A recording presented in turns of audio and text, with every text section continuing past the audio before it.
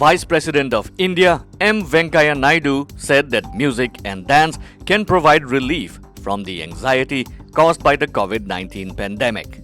Launching the virtual festival of Parampara Series 2020 National Festival of Music and Dance organized by Natya Tarangini in partnership with the United Nations, the Vice President said that music and dance rejuvenate and energize people and make their lives more fulfilling.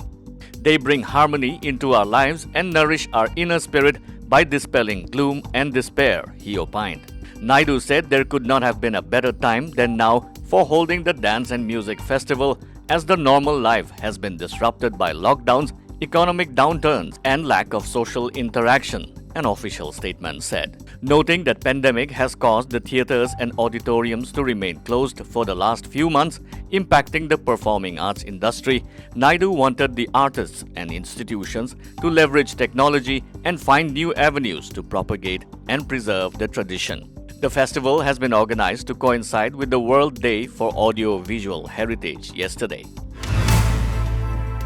Myanmar Army has launched Operation Sunrise 3 to crack down on various insurgent groups gathered at the Indo-Myanmar border, a Z News report stated.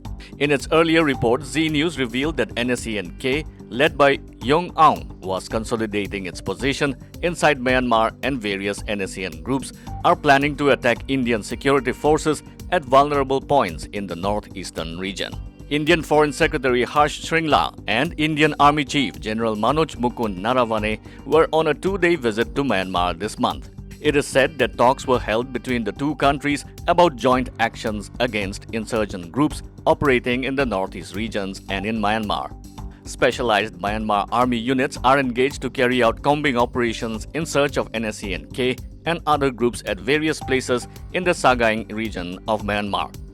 Infantry units of the Myanmar Army is also carrying out operations towards the eastern side of Manipur River, said an Indian security officer.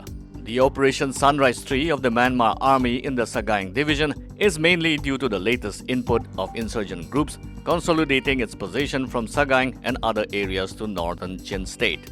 The security agencies of both countries are apprehensive that the insurgent groups along the Indo-Myanmar border are conspiring to infiltrate into the Indian side through the Mizoram border.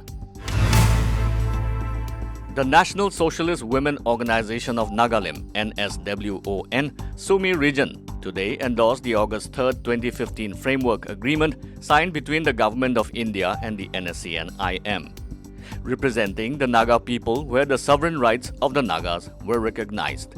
Adopting a three-point resolution at a consultative meeting, the NSWON said the recognition of the unique history of the Nagas, the acknowledgement of the universal principle of democracy that sovereignty lies with the people, the shared sovereignty and peaceful coexistence of the two entities, unequivocally stated the components of the Naga flag and constitution as an integral part of solution to the Naga issue.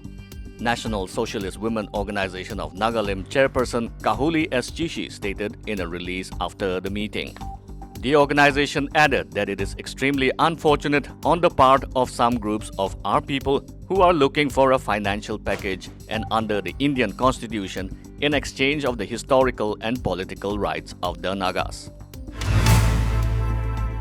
The first COVID-19 death in Mizoram was reported after a 62-year-old man succumbed to the disease at Zoram Medical College near Aizawl. The patient was confirmed dead at 12 noon today, said Zoram Medical College Medical Superintendent Dr. H.C. Laldina. Officials said the deceased was undergoing treatment since the last 10 days at Zoram Medical College, Mizoram's lone dedicated COVID-19 hospital. It may be mentioned here that Mizoram reported its first COVID-19 case on March 24th and hasn't had any death related to COVID-19 until today. Meanwhile, Mizoram government decided to set up child-friendly COVID-19 care centers to treat children who tested positive for COVID-19. According to an official statement, at least 295 children below 18 years of age have so far tested positive for the virus. The latest health and family welfare statistics in India revealed that 26.3% of women and 59.4% of men between 15 to 54 years of age consume alcohol in Assam. Women in Assam have been ranked highest in terms of consuming alcohol as per the report prepared by the Health and Family Welfare Statistics in India for the year 2019-2020. The women from Assam in the age category of 15 to 29 topped the list of alcohol consumers in the category at 26.3%. The national average was calculated at 1.2%. States like Nagaland, Himachal Pradesh, Goa and Karnataka are the states with the lowest percentage of women who consume alcohol at 0.1%. An MOU was signed between the Sports Authority of India (SAI) and Arunachal Pradesh government in order to develop the sports infrastructure at the National Centre of Excellence in Itanagar. Union Minister of State for Sports and Youth Affairs Kiren Rijiju stated that while sharing pictures of the MOU signing ceremony on his Twitter handle. Union Minister Rijiju also thanked Arunachal Pradesh Chief Minister Pema Khandu and State Sports Minister Mama Natung for the process. With positive cases rising all across the nation, the COVID-19 status of northeastern states are: